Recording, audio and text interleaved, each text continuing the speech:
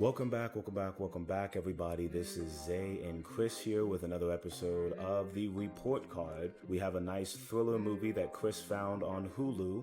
Once again, it is called No Exit. It was released in 2022. Well, this is a storyline that they had put out for us to interpret it as. Was a college student on her way home from visiting her mother gets stuck with a group of people at a mountain rest stop during a blizzard. Things take a turn for the worse when the young woman discovers a kidnapped child in a car belonging to one of the people inside, putting the group in a terrifying life or death situation as they struggle to escape while trying to discover who among them is the kidnapper. It stars Havana Rose Liu as Darby, and then also Dennis Haysbert.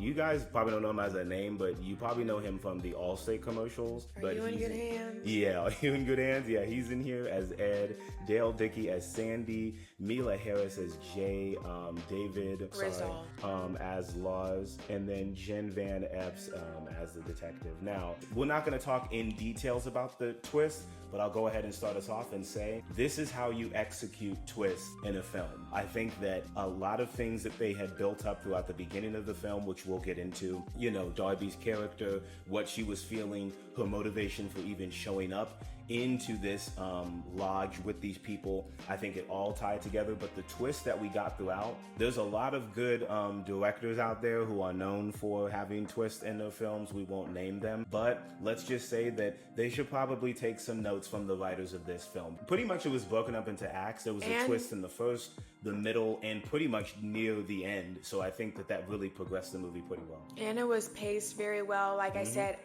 the protagonist, Darby, she's not one of those, oh my God, this is what's going on and I need to yell it out to everyone, because we don't know, like it says, like they're all at odds against each other. They don't know what's, going on. They don't know each other. This is a rest stop in the middle of a blizzard. You're just stuck here with these strangers. Yep. You don't know them. And so she plays it very smart. She lays it out very well. She's very much so a good thinker, and she thinks quick on her toes on how can I get this little girl out of this situation and how am I going to help her. Inadvertently, you're trapped. And even, I think that Havana Rose, she really did make Darby seem like a very livable character from the very beginning. Obviously, the description says that she's a college student.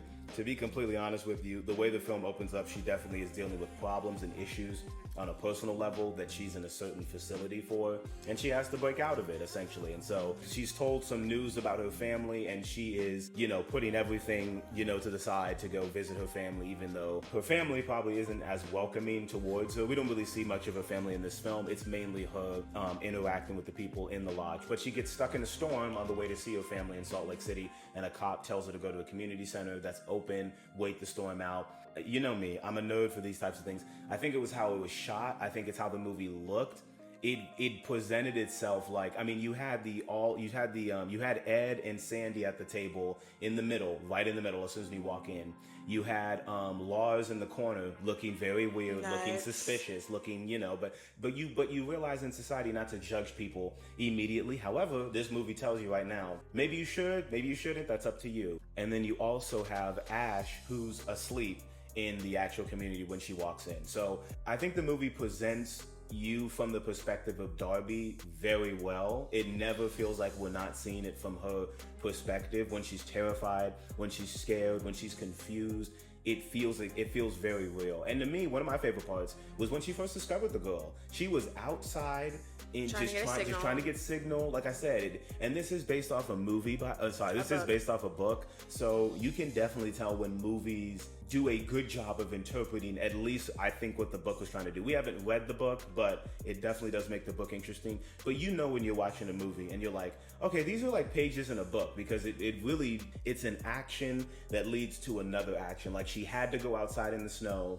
to try to find signal, and she's walking around this van, and then she hears the sound of the girl hitting the glass on the van, and then she ends up seeing her. It's not these random things that happen. It leads up to her. And it all makes sense how it makes sense. And like I said, it's just like, it's kind of how, sorry to bring it up, Vacancy was. Like, everything they did, everything they did, because you wanted to compare it to Vacancy, but it's like, everything they did made sense. It wasn't like, oh, randomly she's going to do something weird that no one would do during a snowstorm. Like, no, she's trying to go outside and get a signal, and that's how she comes across it. And then even how she takes it into her own hands to actually figure it out. Like I said, she was a very smart protagonist.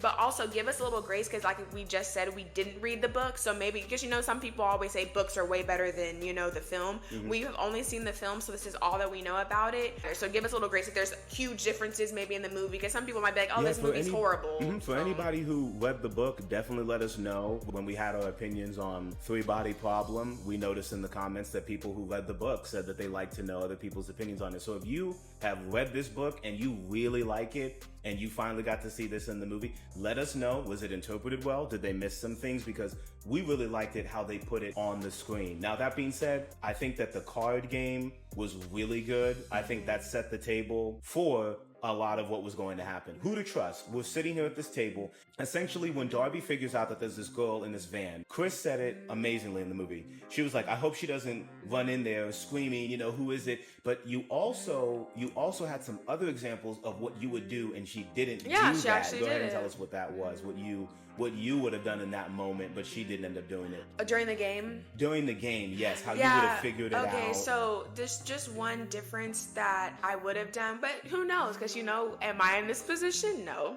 And am I hurt? No. In that position, so basically she does take this isn't really a spoiler, but she just takes a picture of the license plate of the van of where the little girl is. And so to me, granted, you're not going to be like, hey, can I see everyone's keys real quick? Like, you're clearly not going to do that. Like, that doesn't make any sense. But, when they're playing the card game, she's kind of like, she's smart. She's literally asking everyone, hey, where are you guys headed from? Like, where are you guys headed to? Where are you guys from? Kind of see. The license plate is Nevada. It's Nevada. So Lars says he's headed to Battle Hill, which is already the creepy looking one, and so she's like, oh shit, like, it's you, because it was nice. They kind of played it back, because she goes, oh, where's that? And then they kind of like, he was kind of tweaking about the game. He was really excited about this game. Yeah, the bullshit card game. I think it was Ed and Sandy. They were like, come on, let's play some cards. And then no, Lars wanted to play it. He's the one who wanted to play it. Oh yeah, Lars had wanted to play it because he's the one who had the cards. Yeah, so like no, you're right. Ed and Sandy did want to play because they had cards, but he's like, oh, let's just play bullshit, because they were like, let's play poker, and they're like, oh, I don't really know how to play poker. That's what Ash and them were saying. But ultimately what I was saying was just whenever they were playing bullshit, because what I was saying is they took a step back, because she was like, oh, where's that? And then like he started getting angry about the game, kind of leaning away, but she's straightforward. Exactly. She's literally still thinking like, I don't care about what they're talking about. Like, I'm trying to figure out whose van this is. Something that I would have done, which kind of would have got you to your answer a little bit quicker. I would have just been like, hey, whose van is that outside? It looks kind of nice. Or maybe talk about the tires on it, because then it's like someone would have had to claim it, or regardless if no one claimed it, you're gonna know, because obviously the first of all, Lars is not good at hiding anything. I think he might have some like mental restrictions, just a little bit, to where it's like you kind of know there is something wrong. He's a little, frantic, especially during this game too.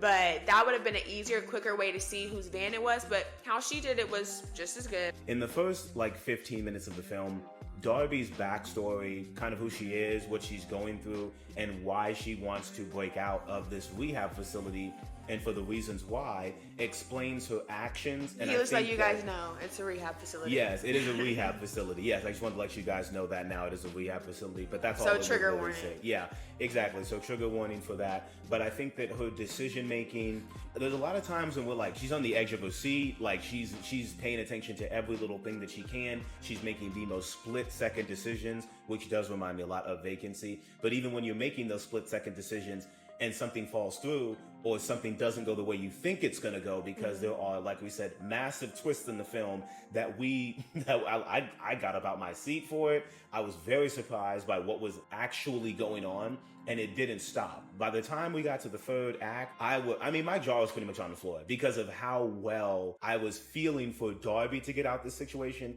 and for the little girl Jay to get out this situation. And I want to give praise to Mila Harris too. I think she did a really good job. Little kids can be hit or miss in movies where they're kidnapped, where they have to survive.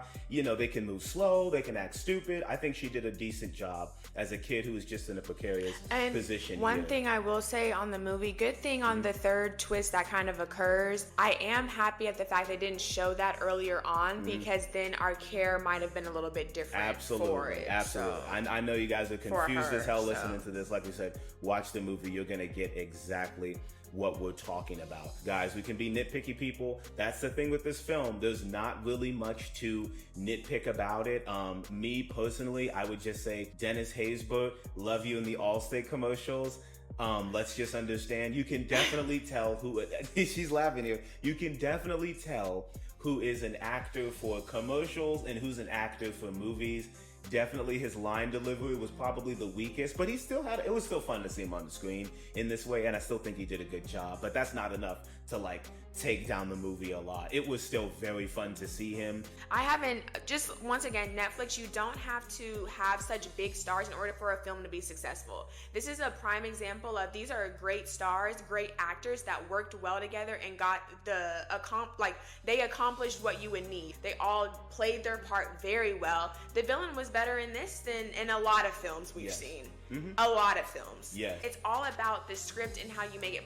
Pretty much, I'm pretty sure it was probably better because of the story just in general. Yeah. But it's also, like I said, you don't need to have these huge big names to create a great film, air quote. Or interest. This is one of those movies where if we just saw the trailer, we would have still ended up watching it, because it was enough for me to think, this is interesting. If you want some comps to this, if you guys like like we said, Vacancy or a Knives Out, even I would dare even because say it is the detective like. Yeah, but we would say this is definitely the definition of a modern day thriller. We know that there's like a lot of blockbuster type of thriller movies and franchises out there. I think they lean a little bit too heavy on, let's have these big musical cues and these loud sounds to get you. No, the tension that you feel because you don't want the main character to get caught, because you don't want who they're protecting to get hurt, that's where it really feels in this film. There's many moments when we're just sitting there like, we don't want anything bad to happen to these characters. And then you're like,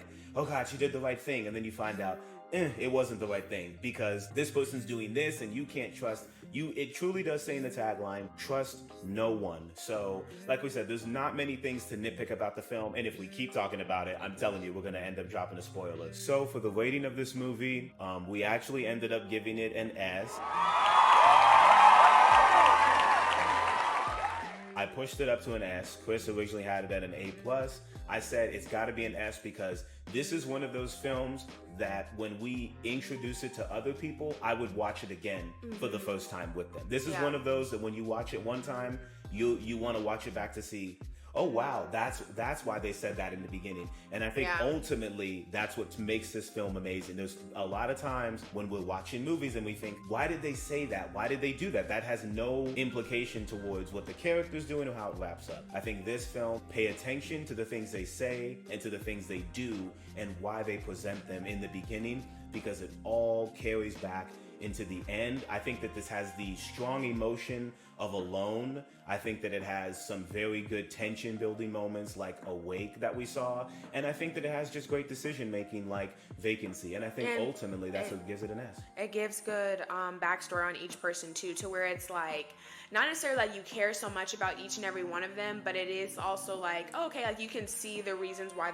they do what they're doing, or you know why they're even up here. And you want the story to, and it's definitely one of those stories that you can't just pause and leave away from. We definitely were like, we have to finish this because I want to see how it finishes because it keeps throwing these twists at you. But anyways, guys, we appreciate you guys for tuning in with us. Like, comment, and subscribe. We'll see you guys later. Peace out.